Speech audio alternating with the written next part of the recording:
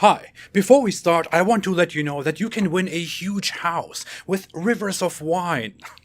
Just kidding, we don't do that here. What I do want to announce is a very exciting seminar by Dr. Bart Ehrman. It is titled, Did the Christmas Story Really Happen? The Birth of Jesus in History and Legend. This is a full-day event on December 5th, where Bart Ehrman will talk about several very interesting topics, such as, what do we really know about the birth of Jesus? How do we decide that he was born in Bethlehem? How did the story of the virgin birth come about? Is it possible to reconcile the different gospel accounts? If this was being held at the University of North Carolina or at Harvard, it would cost at least $200. Bart Ehrman's seminar here is only $39.95 for all those who are early and who sign up before November 28th. You can sign up for this seminar through the link bartdehrman.com/apostatechristmas, which you will see on the screen and also down in the description box. And by the way, if you are watching this after December 5th, you can still use the same link and purchase the recording and watch it anyway. Once again, that is bartdehrman.com/apostatechristmas. I hope to see you there. Enjoy. Dr. Bart Ehrman, how are you doing? I'm doing well, thanks. I basically just addressed it, but in case I didn't capture it very well, would you briefly tell us anything that we should know regarding what to expect? Yeah, no, I'd love to. So it's obviously a really important topic for for Christians, but for anyone, and because here we are, December, and people are talking about it, and so it's going to be 4 lectures. Back to back with a lunch break, and then back to back, and there'll be Q&A. So people who come will be able to ask questions, and I'll try to answer them as best I can. And it's dealing with this whole story about how was Jesus born, what accounts we have of it, whether the accounts are reliable, whether they're consistent with one another, whether there are legendary elements in them, and how many, and what, and are there historical elements, and what do later accounts say about Jesus' birth that maybe have actually influenced Christians in ways that they don't know in thinking about the birth of Jesus.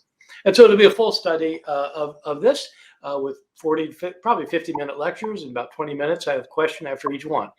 And so I hope your audience some of your audience can come. It sounds like it'll be a great day, and again, it's on December 5th.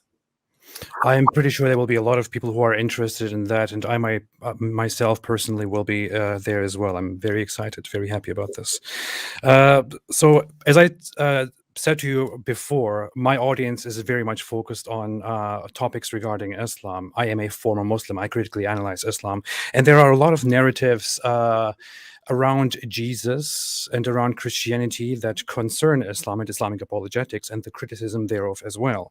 So I want to ask you a few things in regards to that. First off, I'm sure you have come across the fact that many Muslim apologists kind of seem to appeal to you and quote you and try to kind of I would say use you in order to validate their Islamic beliefs. What do you think about that? How much do you think your findings and ideas are in alignment with the Islamic understandings of Jesus and Christianity? So this is kind of a humorous side of this that you probably don't know, which is that the two groups that most missionaries and apologists who most like to use me are Muslims and Mormons. Go figure. I think both groups are interested in showing that their own scriptures are important, and in the case of Muslim apologists, the idea is that the Quran doesn't have any of these problems, and therefore Islam is a superior religion. I'll tell you where I would agree when it comes to the New Testament Gospels and the entire New Testament. We have many thousands of copies, and they do have lots and lots of differences among them. Hundreds of thousands of differences among our copies of the New Testament, but most of those differences are completely insignificant. Like, they don't matter for anything. We're counting like misspelled words and things like that. So they don't. But some of them do matter. They affect how you might understand a passage or a book or the entire New Testament. And the Quran's just not like that. Obviously, I mean, the Quran has been faithfully copied for many, many centuries. So that part is absolutely right. That, in my opinion, does not make Quran a superior book. it means it's a better copied book. It is possible to make many, many copies of a book without making any mistakes, and it has no bearing on whether the book is true or not.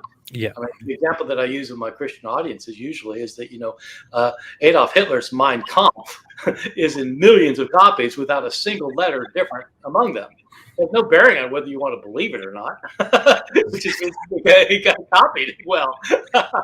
Yeah, if the original idea, if the original text is flawed, then it doesn't really matter how much it has been preserved. The end result would also be flawed, right? You do have a better idea what the author said with the Quran, because in some places of the New Testament there are debates, but it doesn't mean that what he said is true. And so that's a whole different question, and you can't really use me to show that Islam is truer than Christianity, because I don't. What about the idea that so in Islam there is this whole understanding that Jesus was merely a prophet sent by Allah or God, and he merely came to deliver a book called the Gospel. Now this is very foggy. It's very hard to understand and to debate what exactly is being said. But the Quran refers to the book of the Gospel that was given to Jesus, that was sent by Jesus. According to our understanding and according to your findings, is it plausible to say that Jesus was indeed on a mission to deliver a certain scripture, a certain book to his disciples, and that got completely lost without any traces? No, I'd say that's completely implausible, and I don't think that's right historically. Jesus didn't hand his disciples a book. Jesus didn't have a book. My view is that Jesus certainly couldn't write himself. He was. And I don't know if he could read. It's interesting. There's only one passage in the New Testament where Jesus is said to be able to read, and it's a later passage. And so I don't know. He was raised. I'm talking about the historical Jesus now. The actual man Jesus. He was raised in a very small little place called Nazareth, which we're not sure how large it was, but they've dug it up, and it was a small place. There were no public buildings, just kind of really very bare housing, stones put together basically with thatched roofs or whatever. But there were no schools or anything, and probably he didn't actually go to school. And so I don't know if he could read or not. But the idea that he had a book of any kind and then passed it on is implausible, and it's nowhere in our early sources that says that. So I don't think that's what's going on. The Gospels that we have are written 30 or 40 or 50 years later. And so there's nothing to suggest that his disciples couldn't read, by the way. I mean, two of them, Peter and John, are actually said in the New Testament to be illiterate. Acts chapter 4, verse 13, they're agrammatoi, they can't read. So I don't think he was passing on books to them. And could it be said that the earliest Christian accounts about Jesus, that the Gospels and the Epistles are very much accurate about Jesus and about the words that he spoke? Or could it be argued that there is a huge, vast corruption of what he actually was and what he actually said? Yeah, I mean, I wouldn't call it a corruption. What I would say is that Jesus taught his disciples, and he did things that they saw, and when he died, they told stories about them, and these stories passed along in oral circulation for a long time, for 20, 30, 40 years, before people started writing them down. We know a good deal about what happens to stories in oral traditions, even in cultures that are not literary, even in oral cultures. Stories change, and when a storyteller will change a story in order to make a point, or to in light of his audience, or for all sorts of reasons, and stories get made up. And so there are stories in the Gospels that are almost certainly made up. I'll be dealing with this in my webinar on the birth stories in the New Testament, because the stories of Jesus' birth are found in only two of our Gospels, Matthew and Luke. Mark and John don't say anything about Jesus being born of a virgin in Bethlehem or anything like that. But the two accounts we have are much later. They're probably dated 50 or 60 years after his birth. And so, no, more like 80 or 85 years after his birth. And they have differences between them, and some of them are not plausible historically. And I think that's true of the Gospels as a whole. There is accurate information in the Gospels, I think. There's historical information in the Gospels, but what scholars have to do is to figure out what's historical and what's legendary.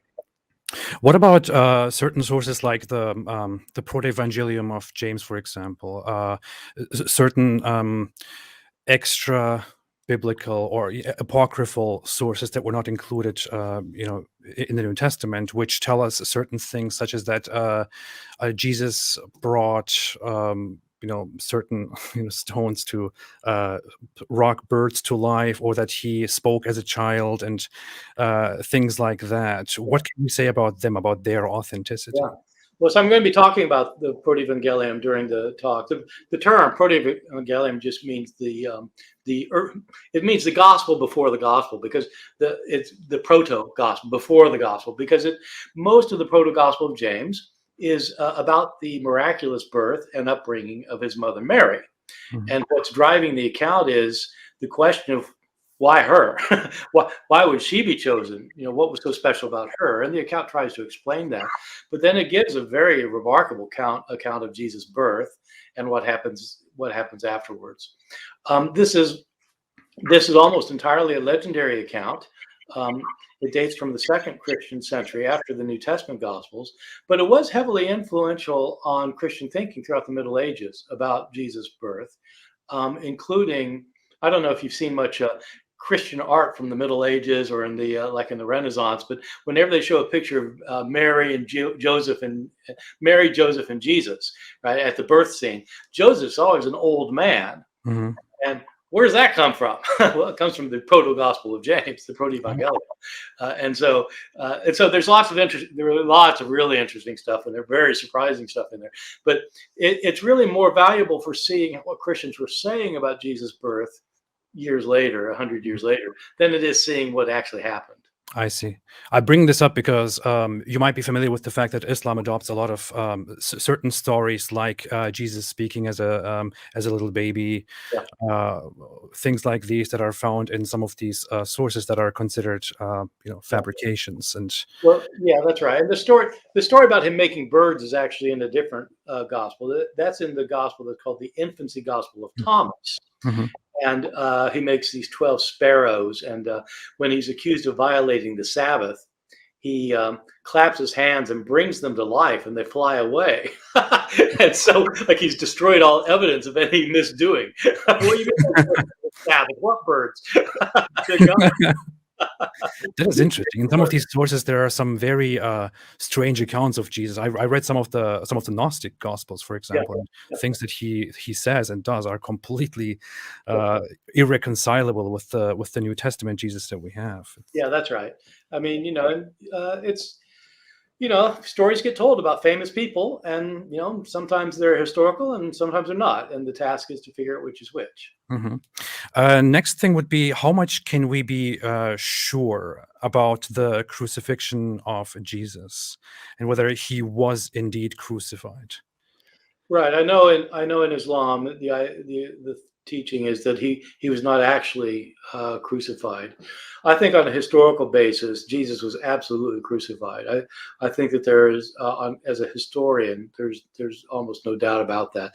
And in case your audience doesn't know, I don't identify as a Christian. I mean, I was raised a Christian, but I'm an atheist now.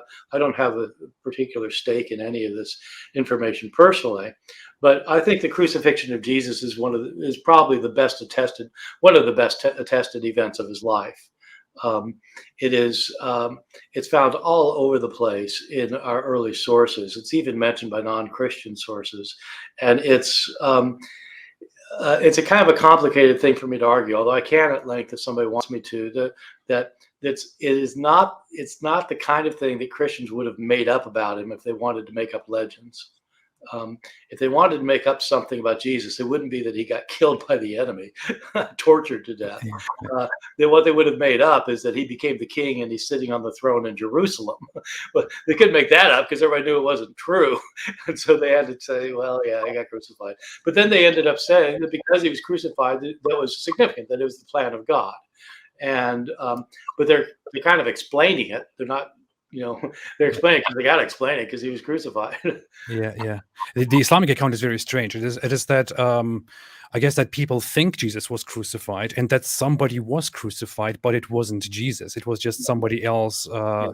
who people thought was Yeah. Jesus, and it's a very strange thing to think.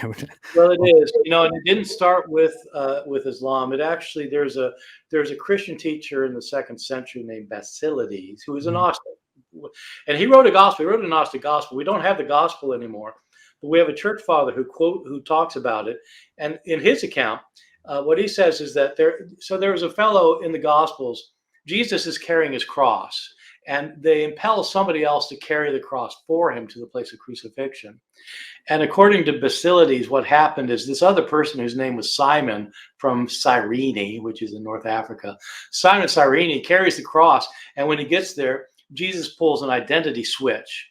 He's the Son of God. He can do miracles. He makes Simon of Cyrene look just like him. And then he looks just like Simon of Cyrene. And so the Romans think they're crucifying Jesus, but they're crucifying Simon. And Jesus is standing by the cross laughing. Presumably Simon didn't think it was so funny because he's trying to help out here. So. Understandably so. What about the I'm just shooting out a lot of questions here, I'm sorry, but when it comes to the gospel now, the problem is not only that that Islam doesn't accept the Gospels and the New Testament that we have. The idea is also not only that there was a book called the Gospel and that it was lost or corrupted, but also that basically the immediate followers of Jesus, that the early Christians were basically Muslims, meaning they didn't hold any of these heretical Christian ideas, and they were completely in alignment with the Islamic religion and the Islamic way of thinking, of simply regarding him as a prophet and worshiping Allah or God alone, and so on. What could you say about that? So I would say that there are some elements of truth in that historically, and some things I think I would consider to be problems. But on the basic level, the idea that the earliest followers of Jesus thought that he was a human, and that he worshipped only one God, and they also worshipped only one God. I would say that that's true. That is true. I think that these earliest Christians, though, right after his death, believed that God had raised him from the dead and taken him up to heaven. And in the ancient views, whether it's Greek or Roman or Christian or Jewish, these ancient views, if somebody's taken up to heaven, they're living with God. They are made immortal, so they don't die again, unlike everyone else who dies again. An immortal is just another name for gods in ancient Greek. Jesus was made immortal, and I think that according to his followers, and so they started worshiping him. They didn't worship him as the one only God, but he was a being who deserved worship, and so they considered him to be the Lord whom they worshipped. And I think that happened early on, but they understood that during his life he was a human. Mm-hmm. They would not have agreed with most of the tenets of Islam that differ from Christianity, in my judgment. That I don't think is right historically. Mm-hmm. But so the deification or turning Jesus into a god would then have begun due to the crucifixion and due to stories about the crucifixion within a lifetime of the crucifixion, basically. Yeah, well, yeah, but I would say at the resurrection. I would say that what happened is, he got crucified. Lots of people were getting crucified, but the difference in his case is his followers came to think that he was raised from the dead. And it's not that he had a near-death experience. It's not that he died and came back for a while and then died again. In their view, he was raised. God raised him from the dead and took him up to heaven, and that was the deification.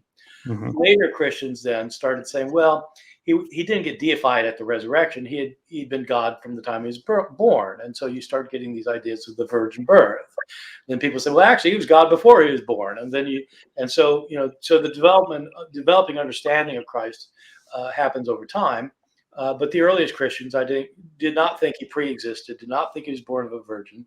They thought he was a great teacher who was more righteous than anyone else that God had made into a divine being. What about the idea of the Son of God? Did they understand him to be the Son of God, not only in the sense of a great guy, but also in in a spiritual, religious way, the way Christians later understood him? Was that something that was there from the beginning? I think it was there from the beginning, but they meant something different by it. In Jewish circles, Son of God is used in the Old Testament, in the Hebrew Bible. Son of God is used for various beings. It can be used for angels, for example, but it can also be used for humans. The king of Israel was known as the Son of God. And the logic of it was that God has a kind of a representative on earth through whom he channels his will. And this person would be a human, could be a human, but it was the one who's in a particularly close relationship with God, through whom God mediated his will. And so Jesus would have been seen as the Son of God in that sense. And he might have even talked about himself as the Son of God in that sense. Later, that came to mean that in some sense he himself was divine, that he was God. And that's the meaning that carried on later. But early on, I don't think they meant it that way. Hey, it's me again. I know this is very interesting, but I want to remind everyone that the seminar is coming very soon. So please sign up now. bartdehrman.com/apostatechristmas. And now let's get back to the exciting part of the conversation. Is there any different gospel that is, in your opinion or according to your findings, more authentic than the recognized gospels that we have within the New Testament? No, I don't think so. I think that the four we have are the oldest ones that we have. There were some that had been written earlier that we don't have anymore, but these four are the four oldest. And the first three in particular, Matthew, Mark, and Luke, have a good deal of historical material in them. John also has some, but it's a very different kind of gospel. The later gospels tend to be, for one thing, they're much later, and they're more highly legendary. So I don't think that there are any other gospels that give us much historical information that's not already in the New Testament.